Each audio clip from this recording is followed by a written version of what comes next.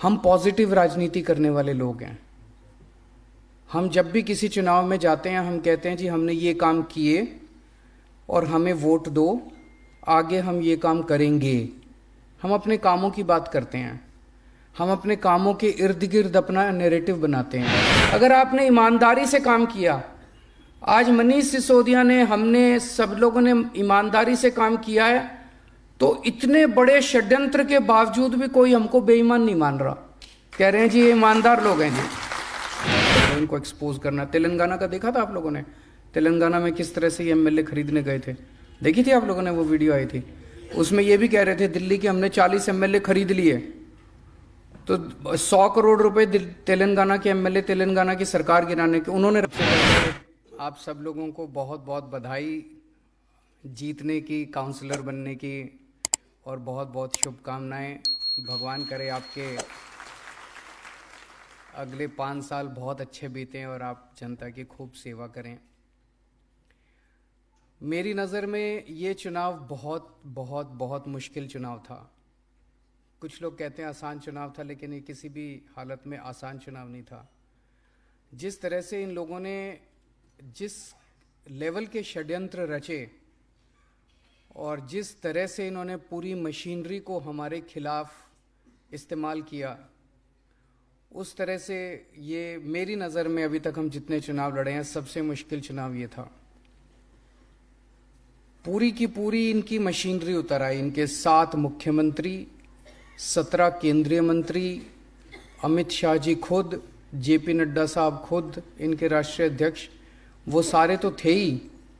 जिस तरह से इन्होंने मीडिया पे दबाव डाल के, मीडिया को धमका के, मीडिया की बाह मरोड़ के 24 घंटे हमारे खिलाफ दुष्प्रचार किया। रोज सवेरे 9 बजे मैं देखता था, 8:30 9 बजे एक वीडियो निकल के आ जाता था, कोई फर्जी वीडियो एक निकल के आ जाता था, और फिर वो 24 घंटे सारे चैनलों पे केवल और केवल वो वीडियो चलता था। हम पॉजिटिव राजनीति करने वाले लोग हैं। हम जब भी किसी चुनाव में जाते हैं हम कहते हैं जी हमने ये काम किए और हमें वोट दो, आगे हम ये काम करेंगे। हम अपने कामों की बात करते हैं, हम अपने कामों के इर्द गिर्द अपना नैरेटिव बनाते हैं। हमें तो नैरेटिव बनाने ही नहीं दिया इन्होंने। हम सोचते थे हम 10-11 बजे प्रेस कॉन्फ्रेंस करके आज ये कहेंगे कि हमें वोट दो, हम कूड़े के पहाड़ हटाएंगे। पता चलता था 8:30 बजे ही कोई वीडियो आ गया, वो 24 घंटे वीडियो ही चल रहा है, हमारी प्रेस कॉन्फ्रेंस तो चलती ही नहीं थी। इतने वीडियो लेके आए, इतने फर्जी वीडियो लेके आए। तिहाड़ जेल के किसी ठग को पकड़ लिया, उससे चिट्ठियों पे चिट्ठियां लिखवा रहे हैं। कभी सतिंदर जैन को जेल में डाल दिया, कभी मनीष सिसोदिया के खिलाफ फर्जी केस कर दिए, कभी कैलाश गहलोत के खिलाफ फर्जी केस कर दिए। इतने सारे फर्जी case, CBI, ED, income tax की इतनी सारी रेड। मैं समझता हूं कि इस किस्म का युद्ध इन्होंने किसी के साथ नहीं किया जिस किस्म का युद्ध इन्होंने एमसीडी के चुनाव के दौरान किया। इन्होंने हमें बदनाम करने में कोई कसर नहीं छोड़ी। ये नहीं कहते थे कि बीजेपी वाले ये नहीं कह रहे थे कि भाई हम ईमानदार हैं और आम आदमी पार्टी वाले चोर हैं। वो ये कहते थे हम तो चोर हैं, ये भी चोर हैं, हमारे जैसे ही हैं ये भी। उनका पूरा का पूरा जो हम बार बार हर फोरम पे खड़े होके कहते हैं हम कट्टर ईमानदार हैं, ईमानदारी हमारी आइडियोलॉजी, हम कट्टर ईमानदार हैं, वो इसको ध्वस्त करना चाहते थे कि नहीं ये ईमानदार नहीं है, ये हमारे जैसे ही हैं, ये ईमानदार नहीं है, ये हमारे जैसे ही हैं। इनका पूरा का पूरा ऑपरेशन इसी के ओर था। पर जनता को बेवकूफ़ थोड़ी बना सकते हो। ये लोग सोचते थे जनता पागल है, ये लोग सोचते थे जनता को बेवकूफ़ बना लेंगे। इनका सारे दुष्प्रचार के बावजूद जनता ने आपको वोट दिया। इसका मतलब हम लोगों ने पिछले कुछ सालों में जो कमाया है, जो मेहनत की है, जनता उसको देख रही है। टीवी पे चलाते थे मनीष सिसोदिया सबसे बड़ा भ्रष्टाचारी, गली में हो रहा होता था कि बीजेपी वाले चोर हैं, गली में जनता कह रही होती थी बीजेपी वाले चोर हैं, लेंटर पे पैसा खाते हैं। मैंने देखा एक सोशल मीडिया पे किसी पत्रकार ने पूछा किसी से, कहता है जी वो मनीष सिसोदिया के खिलाफ ये आरोप लगे हैं, ये आरोप लगे, आपको क्या कहना है? वो बोला जी मेरे बच्चे का तो भविष्य बना दिया। ऐसा आदमी जो बच्चों के स्कूल अच्छे करता है वो कोई चोर थोड़ी हो सकता है। तो आप जनता को बेवकूफ़ समझते हो क्या? तो हमने जितने काम किए अभी तक और हमने अपने आचरण के जरिए जो जनता का दिल जीता है वो ये लोग तोड़ नहीं पाए। अब इसे आगे ले जाने की जिम्मेदारी आपकी सबकी है। अगले 5 साल में कुछ ऐसा करना कि वो विश्वास और सुदृढ़ हो। ऐसा ना हो जाए कि 5 साल के बाद वो विश्वास जनता का कम हो जाए हमारे ऊपर। विश्वास और ज़्यादा बढ़ना चाहिए, विश्वास कम नहीं होना चाहिए। जनता का प्यार, जनता की मोहब्बत हमारे प्रति और ज़्यादा अगले 5 साल में बढ़नी चाहिए, वो कम नहीं होनी चाहिए। सबसे ज़्यादा दुखी जनता भ्रष्टाचार से है एमसीडी में, बहुत ज़्यादा। हर लेंटर पे पैसे लेते हैं, हर काम के पैसे खाते हैं, बहुत ज़्यादा दुखी है जनता। आप सब लोगों से हाथ जोड़ के निवेदन है, आप सब मेरे से, बहुत सारे आप में से उम्र में छोटे भी हैं, कुछ बड़े भी हैं, तो कुछ छोटे भाई बहन हैं, कुछ बड़े भाई बहन हैं। सबके भाई की तरह मैं यही कहना चाहता हूँ कि मैंने अपनी ज़िंदगी में सब कुछ देखा है। इनकम टैक्स में भी था मैं, वहाँ भी खूब पैसे कमा सकता था। उसके बाद फिर काफ़ी टाइम एनजीओ में काम किया, सुंदर नगरी की झुग्गियों में रहा। उसके बाद फिर मुख्यमंत्री बनने का मौका मिला, यहाँ भी खूब पैसे कमा सकते थे। लेकिन फिर अगर मैं पैसे कमाता तो फिर मैं कुछ भी नहीं कर पाता अपनी ज़िंदगी में। अगर आपने आगे बढ़ना है तो आपका चरित्र और आपका आचरण आपको आगे लेके जाएगा। आप अगर ये सोचो ना कि मैं पैसे कमा लूं और किसी को पता नहीं चलेगा, सब पता चल जाता है सबको। और किसी को पता ना चले, ऊपर वाले को तो पता चलता ही है कि नहीं है? भगवान को तो मानते होगे, तो ऊपर वाले को तो पता चलता है जो भी करते हो। ये मान लेना कि अगर पैसे खाने चालू कर दिए तो ये आपका आखिरी मौका है ज़िंदगी का। भगवान ने आपको मौका दे दिया, आम आदमी पार्टी ने टिकट दे दी, जनता ने आपको जिता दिया। अब यहाँ से आगे का रास्ता आपके ऊपर है। ईमानदारी से काम करोगे, सेवा करोगे, बहुत आगे तरक्की करोगे। और अगर इसी बार लालच में पड़ गए तो ये सोच लेना अगली बार टिकट भी गई और जनता भी गई, सब कुछ गया। उसके बाद बस ये 5 साल ही हैं, उसके बाद और कुछ नहीं है। दूसरी चीज़, जो आदमी पैसे खाता है ना वो काम नहीं कर सकता। मैंने तो ये देखा है। एक बार ये लत होती है। मैं आपको एक छोटी सी कहानी सुनाता हूँ। मैं विपश्यना में जाता हूँ। विपश्यना में जब आदमी जाता है तो धीरे धीरे कई सारे उसके ऐब छूटते जाते हैं। तो मेरा एक इनकम टैक्स में मेरा एक दोस्त होता था, वो भी मेरे साथ विपश्यना में जाने लगा। तो वो सिगरेट पीता था, सिगरेट छूट गई। दारू पीता था, दारू छूट गई। वो इधर उधर लड़कीबाजी करता था, वो भी छूट गया। पैसे लेना नहीं छूट पाया उसका। छोड़ना चाहता था, छूटा नहीं। मैंने पूछा उससे, कहता है जब भी मेरे सामने कोई इनकम टैक्स पेयर आके बैठता है, एसएससी आके बैठता है, कहता है मेरा शरीर कांपने लग जाता है अपने आप, खुद ब खुद। वो लत लग गई थी उसको। इतनी गंदी लत है ये पैसे की, इतनी गंदी लत है, ये छूटती नहीं है, बड़ी मुश्किल से छूटती है। इस लत को मत लगा लेना, नहीं तो बर्बाद हो जाओगे। आप भी बर्बाद होगे, आपके बच्चे भी बर्बाद होंगे। ये सीबीआई ईडी वाले तो बाद में आएंगे, वो तो बर्बाद करेंगे ही करेंगे। जेल भी जाना पड़ेगा, सब कुछ बर्बाद, इज्जत भी जाएगी, सब कुछ खराब होएगा, लेकिन आप भी बर्बाद हो जाओगे। और दूसरी तरफ अगर आपने ईमानदारी से काम किया, आज मनीष सिसोदिया ने, हमने, सब लोगों ने ईमानदारी से काम किया है, तो इतने बड़े षड्यंत्र के बावजूद भी कोई हमको बेईमान नहीं मान रहा। कह रहे हैं जी ये ईमानदार लोग हैं जी। और अगर आपने पैसे लेने चालू कर दिए तो इज्जत भी जाएगी, सब कुछ जाएगा। फिर जनता आपके साथ, कोई आपके साथ खड़ा नहीं होगा।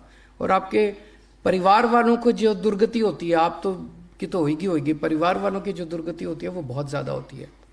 और इसके काउंटर में अगर आपने ईमानदारी से काम किया तो उसका जो सुकून मिलता है, बहुत ज़्यादा सुकून मिलता है, बहुत ज़्यादा शांति मिलती है, जनता की इज्जत मिलती है, बहुत इज्जत मिलती है। आप बाहर निकलो, जनता इज्जत करती है। और आदमी जिंदगी में चाहता क्या है? आप जितने लोग यहाँ बैठे हो, कोई ऐसा नहीं है कि भाई किसी के घर खाने के लाले पड़े हों। भगवान ने आपको सबको ठीक ठाक दे रखा है।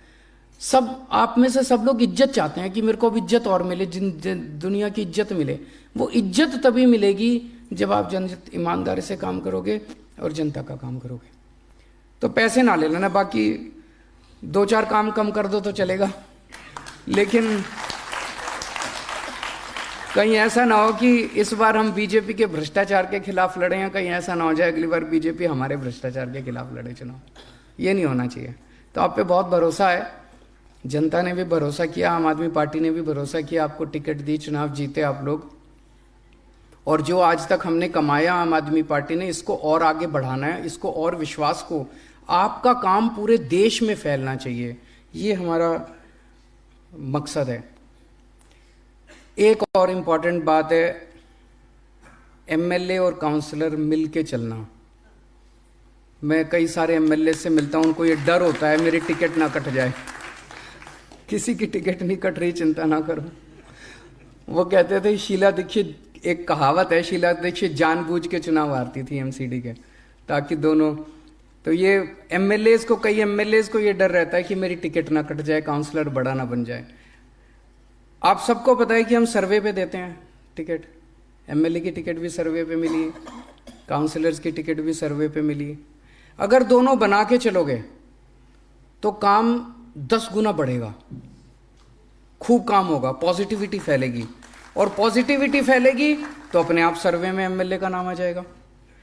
और अगर आप लड़ाई करोगे तो एमएलए सोचेगा मैं इसके काम ना होने दूं, वो सोचेगा मैं एमएलए के काम ना होने दूं, ना तो एमएलए का सर्वे अच्छा आएगा और ना काउंसलर का सर्वे अच्छा आएगा, दोनों अपने हाथ काट लोगे। तो मेरा अपना ये थोड़ी सी स्ट्रैटेजी है, भाई बना के चलो, दोनों बना के चलो। कई लोगों को ये है, मैं बात करता हूँ एमएलए से, एमएलए कहते हैं जी इसने मेरे चुनाव में मेरे खिलाफ काम किया था। भूल जाओ, कोई बात नहीं, किया था। मेरे खिलाफ पता नहीं कितने लोग हैं जिन्होंने मेरे को काले झंडे दिखाए थे। मेरे खिलाफ कई लोग हैं जो 2020 के चुनाव में जिन्होंने मेरे ऊपर पत्थर फेंके थे, उनको भी इस बार मैंने टिकटें दी हैं। हमें तो दिल्ली के 2 करोड़ लोगों को साथ लेके आना है, हमें लोगों को दुश्मन नहीं बनाना, दुश्मनियां खत्म करनी है, जितनी हैं भी वो भी खत्म करनी है। अब हमारी दुश्मनी है तो भ्रष्टाचार से है, हमारी दुश्मनी है तो कूड़े से है, हमारी दुश्मनी है तो समाज के कुरीतियों से है।